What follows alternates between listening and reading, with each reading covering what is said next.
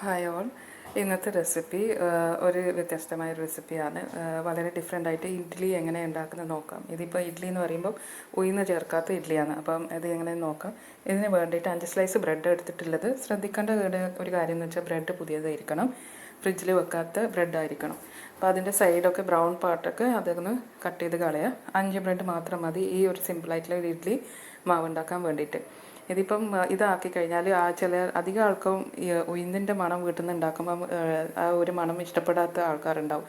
അപ്പം അവർക്ക് വേണ്ടിയിട്ട് ഒരു സ്പെഷ്യലായിട്ട് ഇതെങ്ങനെ ഈസി ആയിട്ട് ഉണ്ടാക്കുന്നത്, ഓൺ ദ സ്പോട്ട് ഉണ്ടാക്കാൻ വേണ്ടിയിട്ട് രാവിലെ തന്നെ ഒരു ചെറിയൊരു മാവ് റെഡിയാക്കുന്ന പരിപാടിയാണിത്. അപ്പം ജസ്റ്റ് ഗ്രൈൻഡർ എടുത്തിട്ട് ഒരു ചെറിയ ഗ്രൈൻഡർ മതി ഇതിന്. എന്നിട്ട് ഇത് പൊടിക്കുക. ഈ ബ്രൗൺ പാർട്ടൊക്കെ കളഞ്ഞിട്ട് 5 സ്ലൈസ് ബ്രെഡാണ് ഇവിടെ എടുത്തിട്ടുള്ളത്. അത് ഗ്രൈൻഡ് ആക്കിയിട്ട് പൊടിച്ചിട്ടൊരു മിക്സിംഗ് ബൗളിലേക്ക് ഇട്ട് കൊടുക്കാം. അപ്പോൾ എല്ലാത്തിൻ്റെ അളവെന്ന് വെച്ചാൽ 1 കപ്പാണ്. 1 കപ്പ് ഇഡ്ഡലിക്ക് 1 കപ്പ് ഇത് ബ്രെഡ് പൊടിച്ചത്, പിന്നെ 1 കപ്പ് മോര്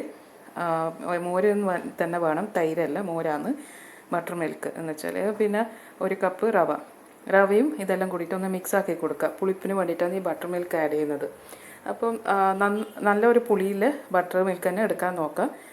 എന്നിട്ട് ഇതെല്ലാം കൂടിയിട്ട് മിക്സാക്കി കൊടുക്കുക. മിക്സാക്കി കൊടുക്കുമ്പോൾ റവയല്ലേ, അപ്പം ജസ്റ്റ് വേഗം ഒന്ന് കട്ടിയാവും. അപ്പം ആ കട്ടി എല്ലാം കൂടിയിട്ടൊന്ന് നല്ലോണം മിക്സാക്കി കൊടുത്തിട്ട് അന്നേരം തന്നെ കുറച്ച് വെള്ളം ഒഴിച്ച് കൊടുക്കുക. ഇതിന് ഇപ്പം ഞാൻ എടുത്തിട്ടുള്ളത് 1/4 ഗ്ലാസ് വെള്ളം മാത്രമാണ്.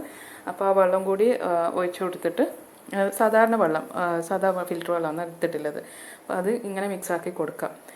ഇത് നല്ലോണം മിക്സാക്കി കൊടുക്കുമ്പോൾ കുറച്ച് സമയം കഴിയുമ്പോഴേക്കും നല്ല കട്ടി വരും. അപ്പോൾ നിങ്ങൾക്ക് കുറച്ച് വെള്ളം നോക്കിയിട്ട് ഒഴിക്കുക. കുറച്ചെന്ന് വെച്ചാൽ 2-3 ടേബിൾ സ്പൂൺ മാത്രമേ അധികം ഒഴിക്കാവൂ.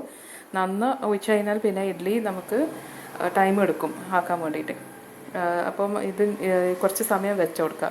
ഞാനിവിടെ വെച്ചിട്ടുള്ളത് ജസ്റ്റ് ഒരു 5 മിനിറ്റ് മാത്രം, 5-10 മിനിറ്റ്. അതിൻ്റെ ഉള്ളിൽ തന്നെ ഇത് റെഡിയാവും. അപ്പോൾ അത് എടുത്ത് നോക്കിയാൽ കുറച്ചൊന്ന് കട്ടി കൂടിയിട്ടുണ്ടായിരുന്നു. അപ്പോൾ ഞാൻ കുറച്ചൊരു വെള്ളം ജസ്റ്റ് ഒരു 2-3 ടേബിൾ സ്പൂൺ മാത്രമേ ഇട്ട് കൊടുത്തിട്ടുള്ളൂ.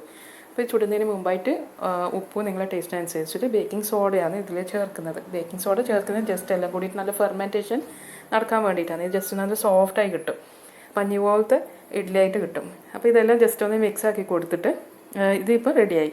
ഇപ്പോൾ നമ്മൾ രാത്രി മറന്നു പോയിനെങ്കിൽ എളുപ്പത്തിൽ ഇഡ്ഡലി ആക്കണമെങ്കിൽ ഇതിപ്പം ഏകദേശം ഒരു 2-3 തട്ടിയുള്ളത് അങ്ങനെ ഒരു 18 എണ്ണമെങ്കിലും കിട്ടും. അപ്പം അതും കൂടിയിട്ട് ചെയ്ത് കൊടുക്കാം. അപ്പോൾ ഇത് ഇഡ്ഡലി നോക്കി നല്ല ഫ്ലഫി ആയിട്ടുള്ള ഇഡ്ഡലി മിക്സാണ് എനിക്ക് ഇവിടെ കിട്ടിയിട്ടുള്ളത്.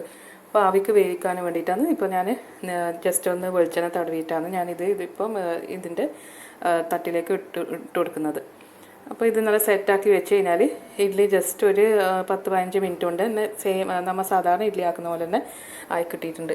നല്ല സോഫ്റ്റ് ആയിട്ടുള്ള ഇഡ്ഡലിയും, ഇത് പറയുകയും ചെയ്യില്ല ബ്രെഡ് ചേർത്തിട്ടുള്ള ഇഡ്ഡലിയാണ്. ഉഴുന്നില്ല എന്ന് പറയുമ്പോഴേക്കന്നെ എല്ലാവർക്കും ഒരു അതിശയമാണ്. കാരണം അതേ ടേസ്റ്റ് തന്നെ ആയിട്ട് വന്നിട്ടുണ്ട്. അപ്പോൾ ഇതിൻ്റെയൊക്കെ കറിയോ ചട്നിയോ കൂട്ടിയിട്ട് നിങ്ങൾക്ക് തയ്യാറാക്കുന്നതാണ്. എല്ലാവരും കൂടിയിട്ട് ഇത് ട്രൈ ചെയ്ത് ഫീഡ്ബാക്ക് അറിയിക്കും.